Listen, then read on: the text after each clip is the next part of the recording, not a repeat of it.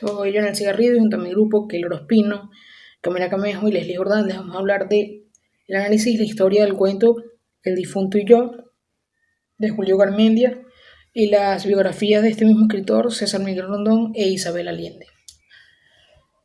Julio Garmendia nació el 9 de enero de 1898, cerca del Tocuyo, en una hacienda llamada El Molino. Sus padres fueron Rafael Garmendia y Celsa Muriera.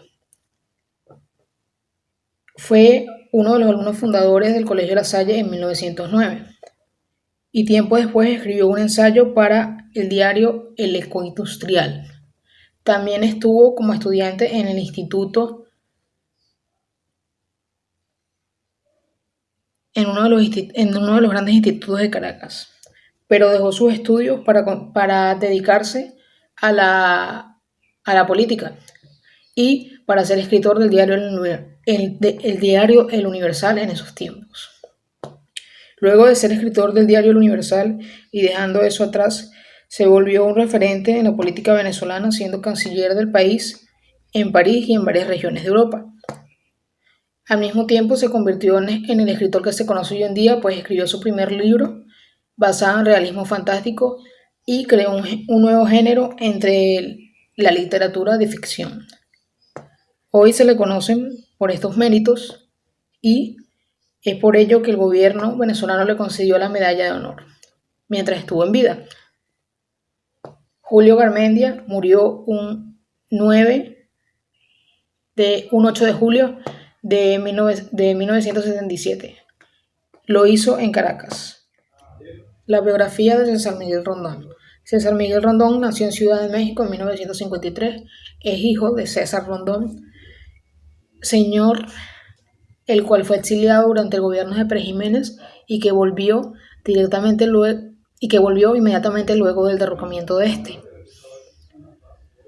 Estudió en la Universidad Central de Venezuela la carrera de Filosofía y en la Universidad Católica Andrés Bello la carrera de Comunicación Social. Posee amplias profesiones y títulos. Es publicista, escritor, director de producción, incluso llegando a ser el director de producción de RCTV, es locutor, es narrador, incluso fue traductor para Venevisión durante los premios Oscars. Él era el que se encargaba de doblar las voces al español. Ha escrito una docena de telenovelas, entre ellas Ligia Elena y Las Amazonas.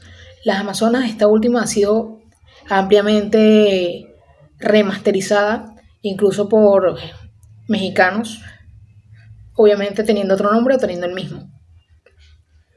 También ha escrito alrededor de 21 largometrajes y cortometrajes, clips y distintos proyectos cinematográficos. En una oportunidad fue director de producción para Venevisión también y fue amplio poseedor de acciones del canal. Hoy en día tiene numerosos podcasts, un programa de radio, reside en Estados Unidos, Miami, se encuentra casado con Floralicia Anzola, la cual también es una periodista venezolana, y con ella tiene 5 hijos. Ganó el Premio Nacional del Cine y Hombre Televisión del Año, entre los muchos que posee. Isabel Allende es una escritora latinoamericana nacida en Lima, Perú. No obstante, sus dos nacionalidades son chilena y estadounidense. Es hija de Tomás Allende, el cual fue hermano de Salvador Allende y, por supuesto, era un diplomático chileno.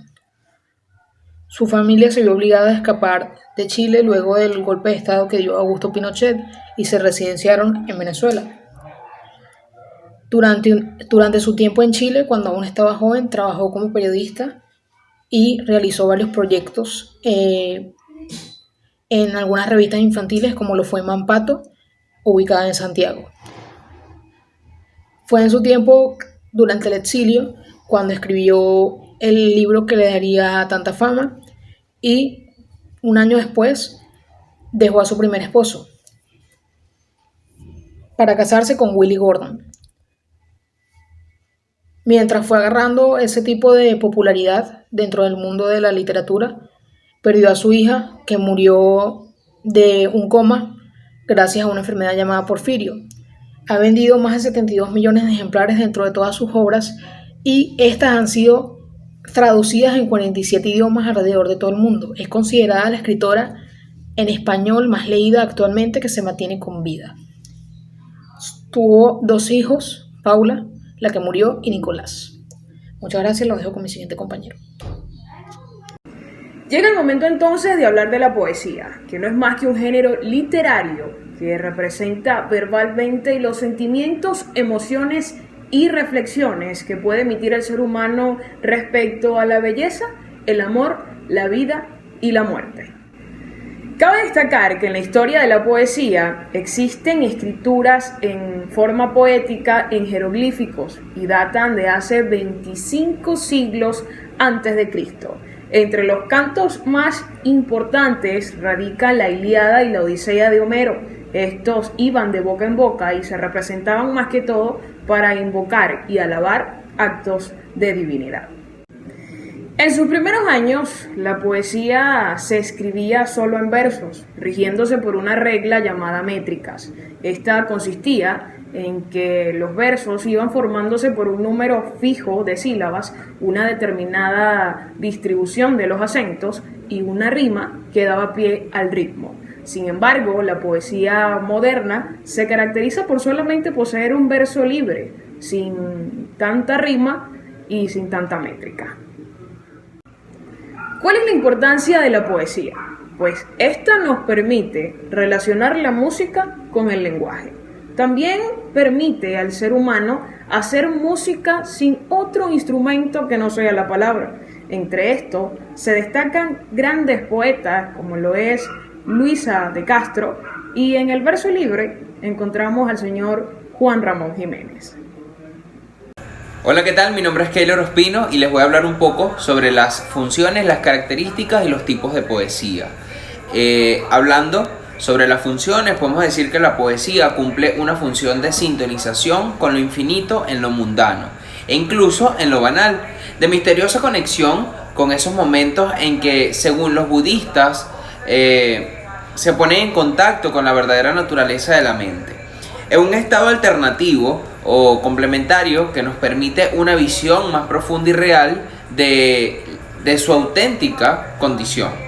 La bondad de una determinada obra de arte se basa en la intensidad de sus hallazgos, de sus revelaciones, de sus epifanías. El gran arte, como saben los más avispados publicistas y los humoristas inspirados, nos ayuda a familiarizarnos más íntimamente con nosotros mismos, estimula nuestra capacidad para la empatía, nos reconcilia con nuestras alegrías, nuestros sufrimientos, nuestras contradicciones y nos convierte en mejores personas, definitivamente.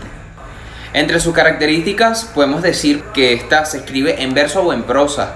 También podemos comentar que tiene ritmo y rima, que hace uso de elementos de valor simbólico.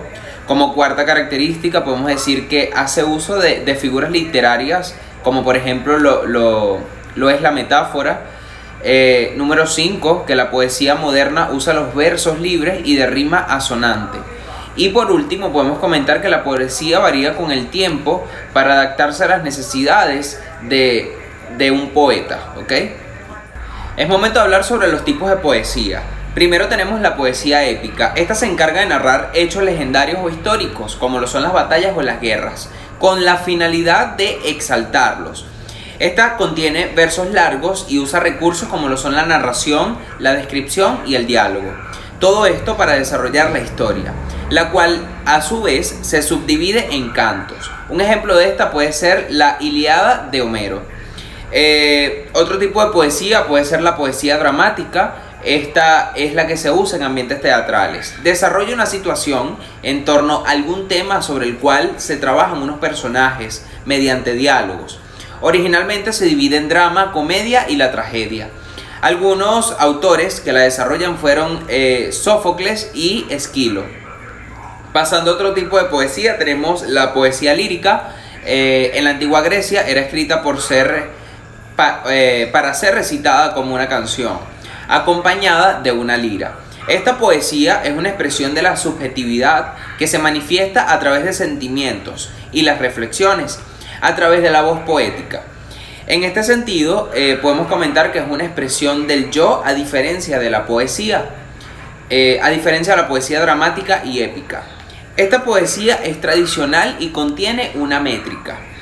Pasando ahora a otro tipo de poesía, podemos comentar que tenemos la poesía coral. Es un conjunto de voces estregidas. Esta nació en la antigua Grecia y era pensada para un público y recitada por un grupo de personas, en el que cada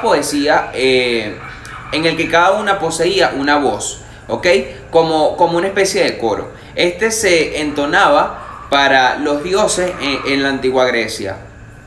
Por último, otra no menos relevante, es la poesía bucólica.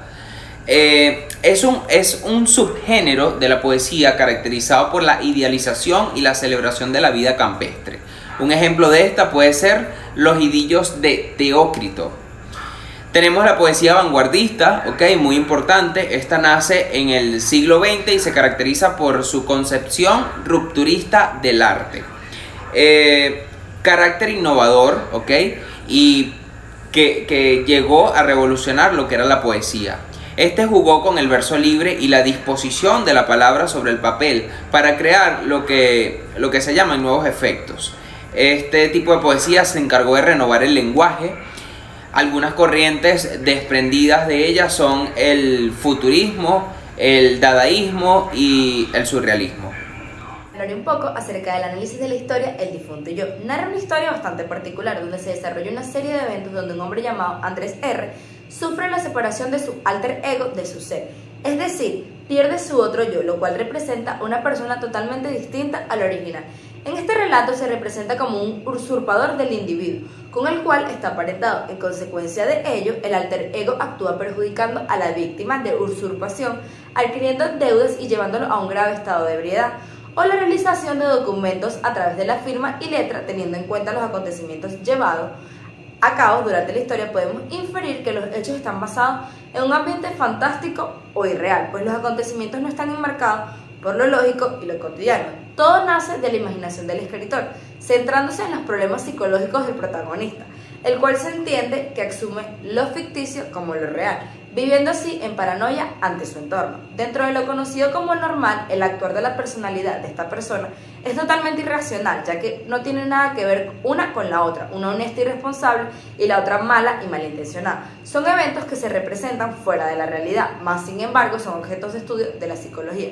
¿Por qué este título? Tiene relación a lo ocurrido en la historia, el suicidio del protagonista durante el desarrollo del cuento, y también guarda relación su otro yo y cómo acabó con su vida personal, su vida pública y con la relación con su esposa. En la historia del cuento, Julio Garmendia, autor del cuento El difunto y yo, es un escritor venezolano quizás no demasiado popular en España, dotado de un soberbio caudal narrativo donde prima el elemento fantástico. Siendo muy joven comenzó a publicar sus escritos en el periódico El Eco Industrial.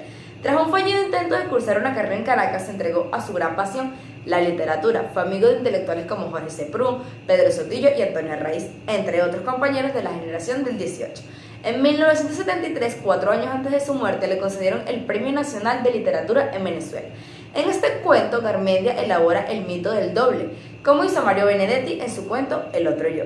Su obra más conocida tal vez sea Tienda de Muñecos. La mayoría de los críticos coincide en atribuir a esta obra la inauguración de géneros fantásticos en Venezuela, aunque reconoce que otros autores le proceden cronológicamente. De que no hay duda es que es el libro que representa una transgresión en la corriente literaria predominante en el país, que aún se encontraba muy apegada a las formas y temáticas propias del criollismo y modernismo. La narrativa de Julio Garmendia es única en Venezuela, logrando romper con el realismo y criollismo de la época, en la que le tocó desarrollarse creando su propio perfil bajo la atmósfera de la ficción, lo fantástico y lo imaginario, en donde predomina lo ingenuo, lo profundo del amor a la naturaleza y también el humor. Su obra no fue extensa ni tan periódica, por lo que ha sido la más cálida de la misma, la que ha dado el puesto de honor al escritor.